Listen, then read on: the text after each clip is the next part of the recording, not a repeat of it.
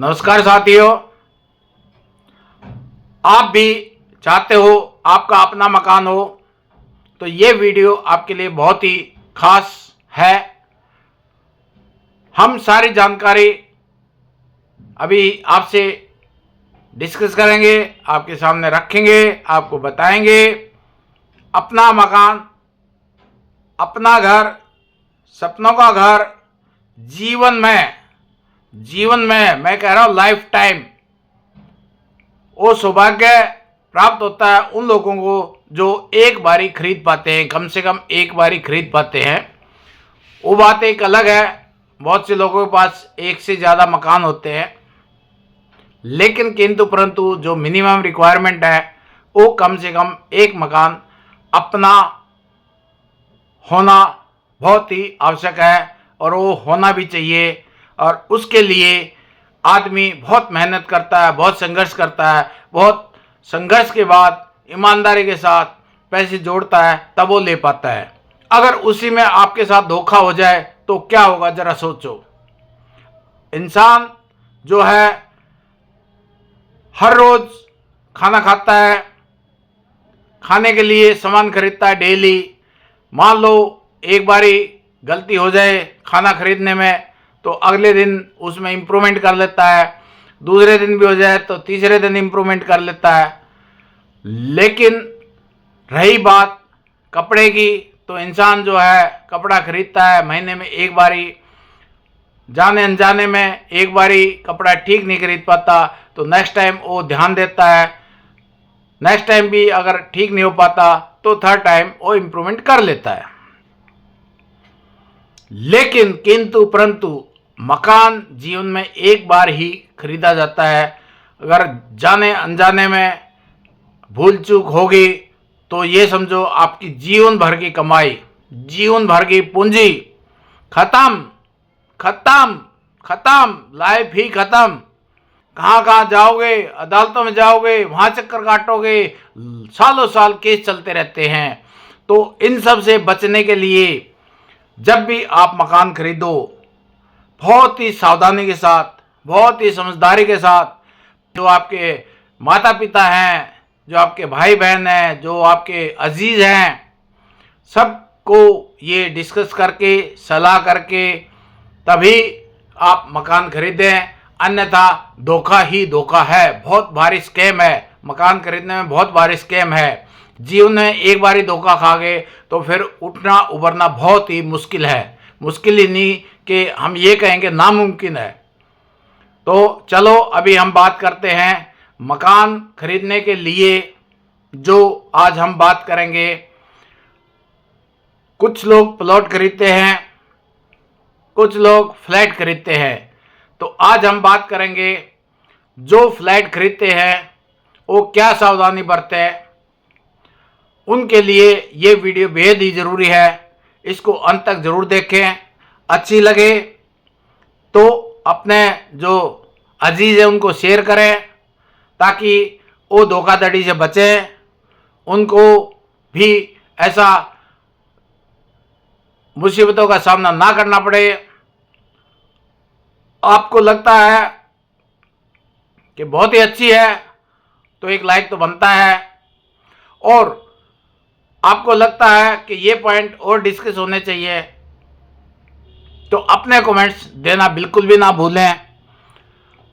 उससे अवेयरनेस हमारी भी बढ़ेगी, जो लोग देख रहे हैं उनकी भी बढ़ेगी, और जो भी होगा वो बेटरमेंट के लिए होगा। तो चलो अभी हम वीडियो शुरू करते हैं। अपना मकान, सपनों का मकान, अपना घर जो लोग लेते हैं, आज बात करते हैं फ्लैट की।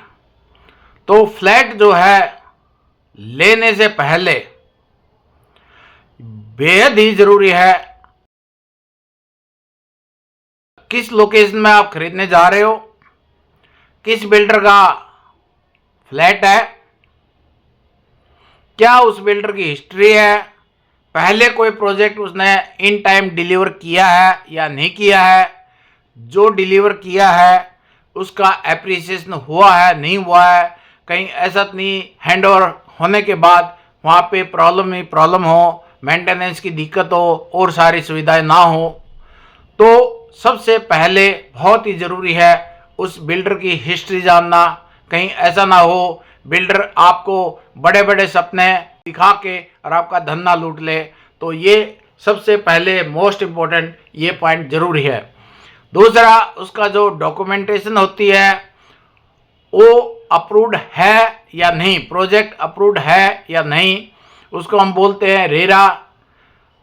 अलग अलग स्टेट में अलग अलग उसका जो है प्रोसीजर होता है। अगर हम हरियाणा की बात करें तो रेरा अप्रूव्ड है या नहीं है, ये जो है गवर्नमेंट की बॉडी होती है, वहाँ पे सारा डिटेल प्रोजेक्ट के बारे में मेंशन होता है।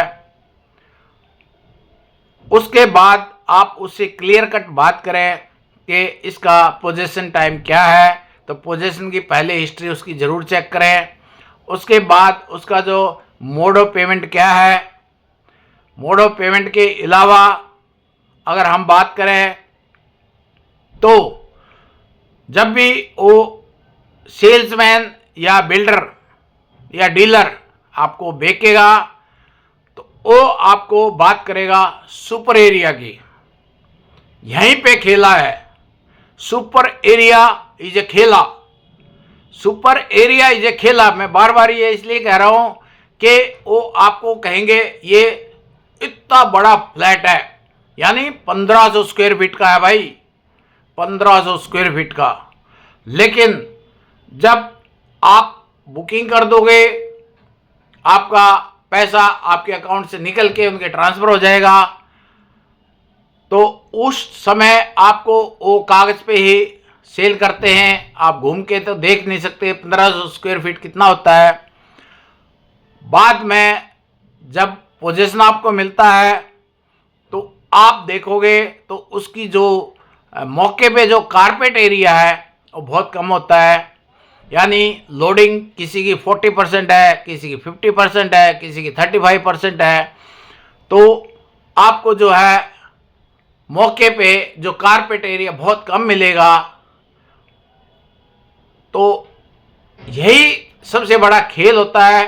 तो जब भी आप बिल्डर से, प्रॉपर्टी डीलर से, एजेंट से, चैनल पार्टनर से बात करें तो पहला ही सवाल आपका ये होना चाहिए कि मैं जो पैसे दे रहा हूँ वो ये बताओ कि इसमें कारपेट एरिया कितना रहेगा। कारपेट एरिया होता क्या है बेसिकली, उसको मैं ज़रा बताना चाहूँगा। कारपेट एरिया का मतलब ये होता है कि आपका इसमें बालकनी इंक्लूड नहीं होती, और जहाँ पे कारपेट बिछता है उसी को हम कारपेट एरिया बोलते हैं। उसके बाद बिल्डअप एरिया आपका हो गया। बिल्डअप एरिया में आपकी बालकनी भी होगी, और जिस एरिया में आपका बना हुआ है फ्लैट वो कंसिडर होता है।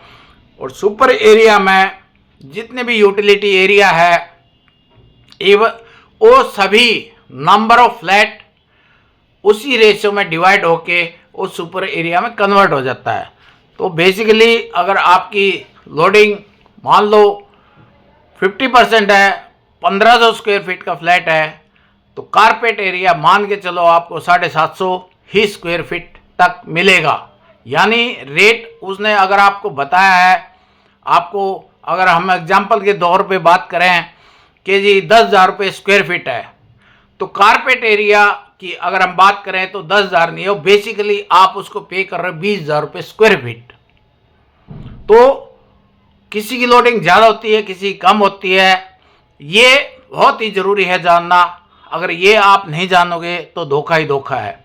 सेकेंडली, वो जो आप खरीद रहे हो उसका रजिस्ट्री होएगी या लीज पे है। लीज पे है 99 ईयर के लिए वो प्रॉपर्टी, या रजिस्ट्री केस है, ये भी जानना बहुत ज़रूरी है।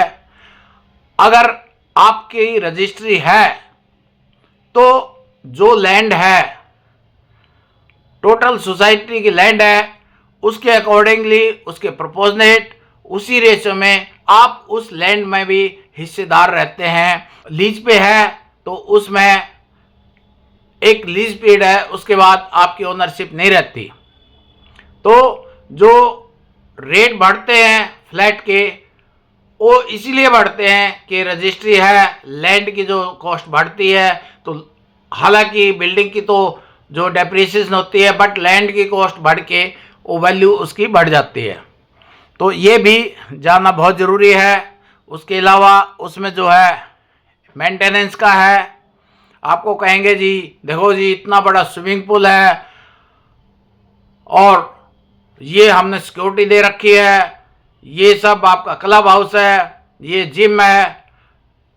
हार्डली कुछ परसेंट लोग ही उन सभी चीज़ों का बेनिफिट उठा पाते हैं, लेकिन बहुत भारी मेंटेनेंस हर महीने आपको पे करनी पड़ती है, जो कि आपके बजट को डिस्टर्ब कर सकती है। तो ये भी जानना बहुत ज़रूरी है। और रही बात सेफ्टी की, सिक्योरिटी की, तो no doubt safety security society में बेटर होती है और 4 बाउंड्री पे गार्ड होता है। उसके बाद आपका टावर में जाएंगे तो भी गार्ड होता है, उसके बाद फ्लैट में जाएंगे तो भी गार्ड होता है।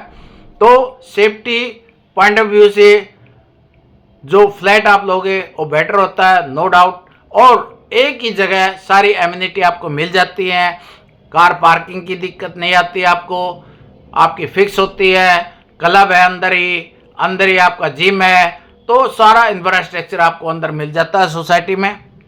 ये एक स्ट्रॉन्ग पॉइंट है। जो वर्किंग है, जो अपना मेंटेनेंस खुद नहीं कर सकते, उनके लिए बहुत ही बेहतर ऑप्शन होता है ये।